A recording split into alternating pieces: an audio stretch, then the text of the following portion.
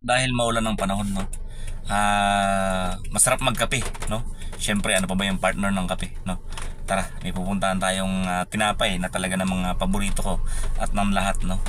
Bagay na bagay sa maulan na panahon, no?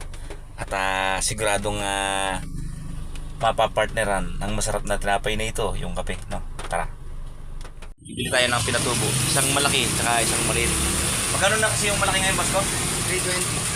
320 yung size na to. Yung kalahati naman, 160. 160 tsaka 320. Yan. Bagay na bagay sa maulan na panahon. Siyempre, kape, no? Yan.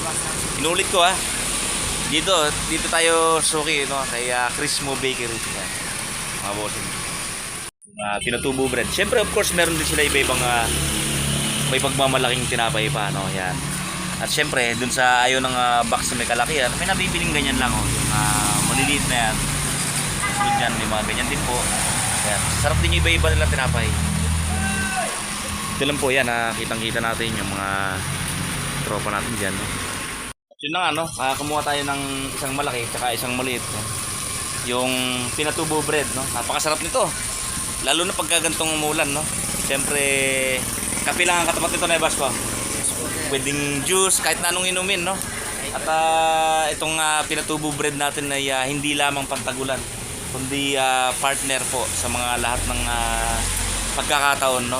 Pang-birthday, okasyon, regalo, or simpleng merienda, no? Nandito sa pinatubo bread, bagay kay pansit, bagay kay spaghetti, and of course, kahit na siya lang, ay talaga namang bagay na bagay kay pinatubo, Crismo Bakery.